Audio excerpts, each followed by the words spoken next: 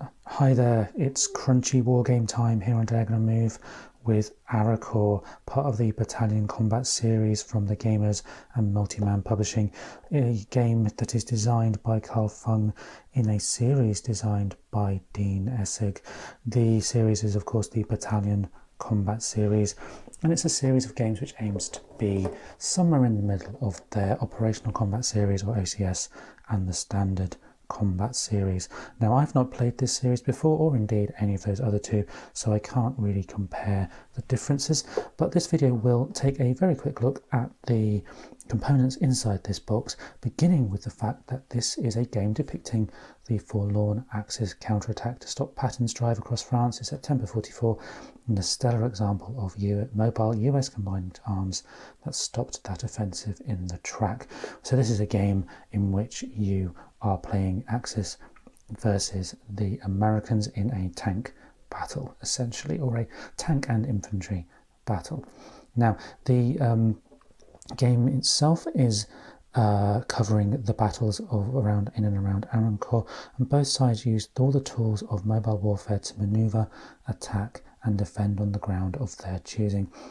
Apparently, it's straightforward for the beginner BCS player and works very well as a starter kit before trying other games in the series. It is still challenging for the more experienced BCS player, and there is just the one map in the game. Complexity is medium, solitaire suitability is on the threshold of medium and high.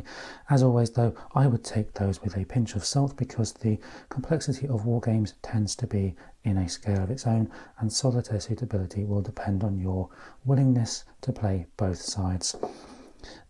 In terms of scenarios, there are a total of 6 scenarios, a campaign, and then 5 smaller scenarios ranging from 2 to 12 turns each, and they all fit on the one map or part of that one map.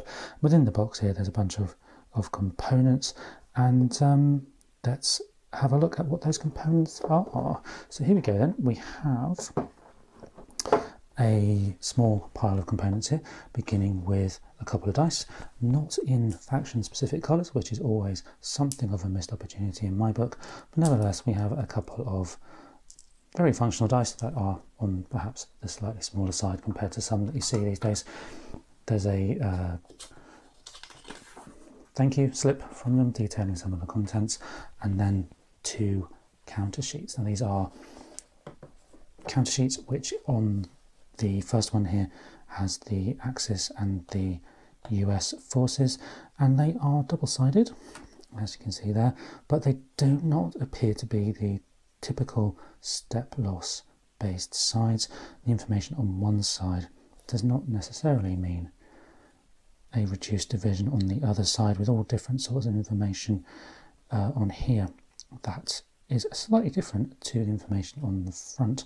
Now that I think is part of the Battalion Combat Series, and as I said, I have not played this series, and there's an awful lot in the rulebook, as I'll show you in a moment, which makes even getting a sense of how it plays for this video somewhat outside the realms of my capability.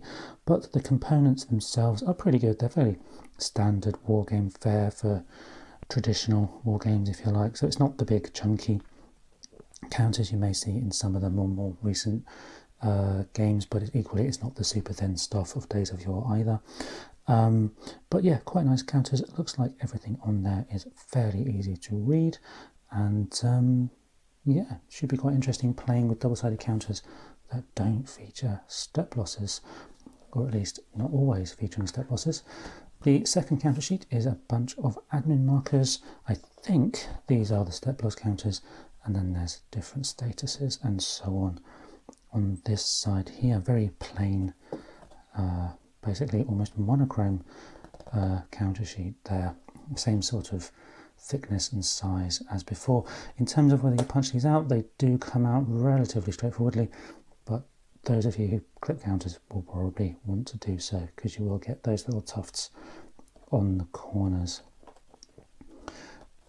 Okay, so in addition to those 2 counter sheets, we have 2 identical player rates featuring a whole bunch of charts, and these are labelled the Battalion Combat Series version 2 charts and tables. So I think this is all the charts that you need for every game in the series.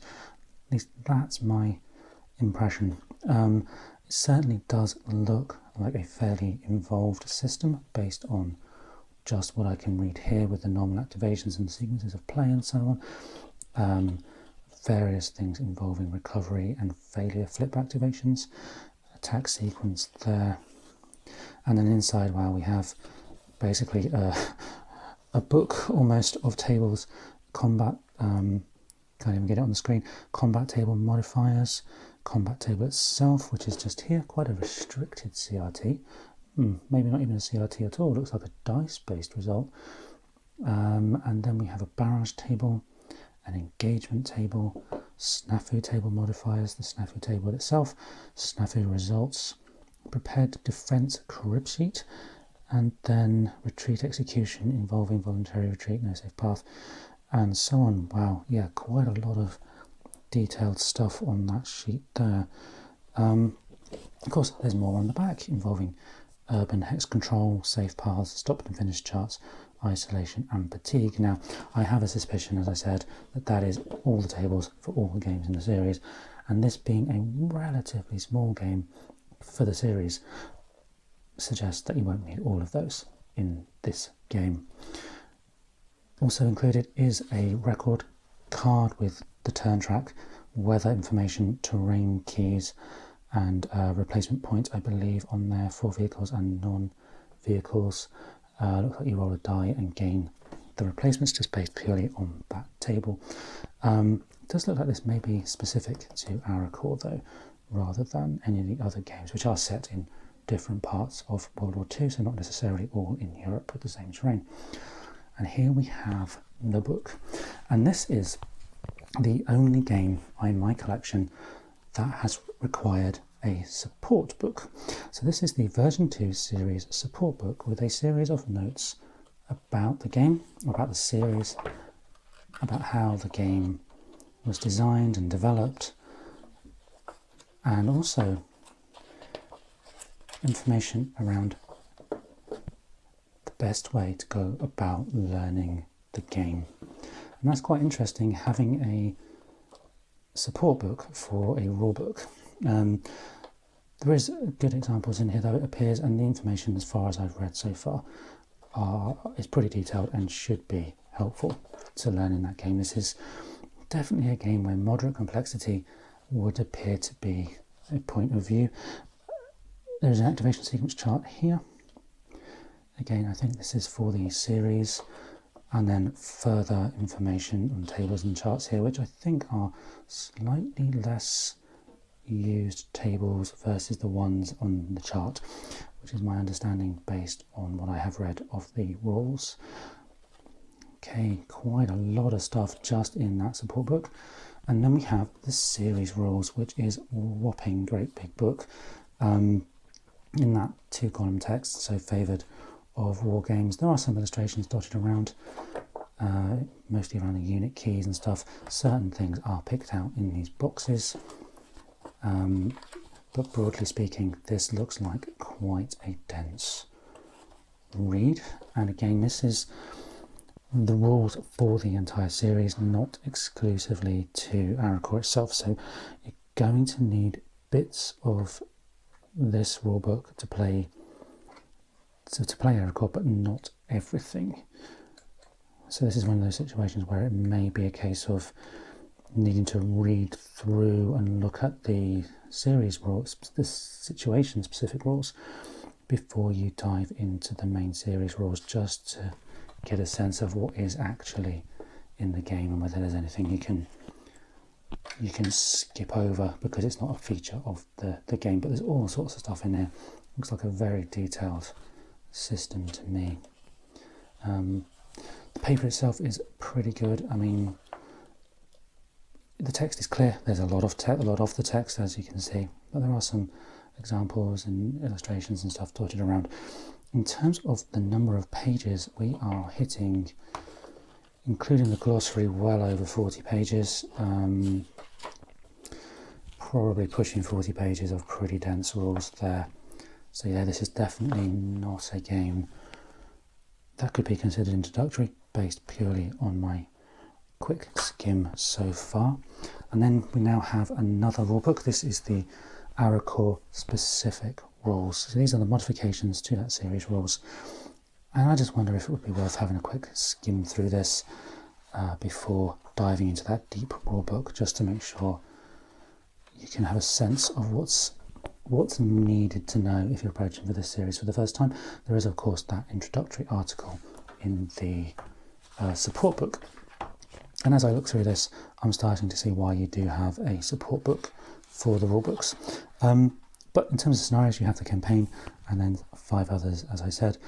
The setup information does all appear to be printed inside the book, so there's no separate setup card, which again is something of a more traditional approach compared to many games I've played recently. But the kind of the nice vintage photos kind of really do add a little something to the rulebook here.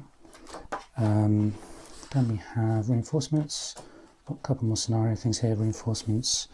Again, the reinforcements are in the rule or in the book, not on a separate card. And again, you may well have to put these on the turn track or something, or even photocopy it, I guess, if you really wanted to get the usability that you come to see in other games. Then some extensive designer notes specific to the game. Quite interestingly, it says there are fewer fiddly bits here than in other games, so that is welcome news for me. Information there about the different divisions in the game. Okay, so that is, and another table on the back there. So that is lots of reading, but let's go now to the part of the war game which I typically enjoy the most, and that is the map. Let's have a quick look at this map. Okay, it is a single map and it does fit on this little table that I've got here, which means this is a relatively small map for the type of game that it is, but that's partly because we've taken off the terrain key and the turn charts and so on and placed them all on this separate one. So all this information that you would normally see around the edge of a map in most games these days, you actually have on a separate card, which does reduce the table footprint of the map, which is beneficial if you have limited space. Now, in terms of the map itself, everything is pretty clear. Hexes are nice and easy to see, outlined in white here. There are roads and rail and river and forest and so on, hills. Nothing is particularly difficult to see. There are some towns and cities just up the top there. If I slide that down slightly, got some towns and cities there, all marked with little red circles or little red hexagons to show that they are VP hexes. So the terrain and everything is really straightforward to see. Interesting note about this though is the hex numbers are every 5th hex, so you would kind of count all the hexes until you get to the next number. So there's not a per hex numbering like you see on many other games. So that is also something quite unique about this that I've not seen before. Okay, so the orientation of the map is probably the only thing to talk about because I've got it on its side, but when you were looking at it, you may normally see it this way up, and there is a little compass at the bottom to show you north and south if you do have to have it on the side like I did just then. Okay, so that is Arracourt, a game from Multiman Publishing in the Battalion Combat Series. Looks like quite a big one to me, but I'm new to the series. Those of you more experienced may find it somewhat different and less daunting than I do, but it's certainly something to get my teeth stuck into as time goes by over the coming months. Thanks for watching. If you found this video helpful in any way at all, please do think about subscribing and liking, commenting, all that kind of thing. In the meantime, happy gaming.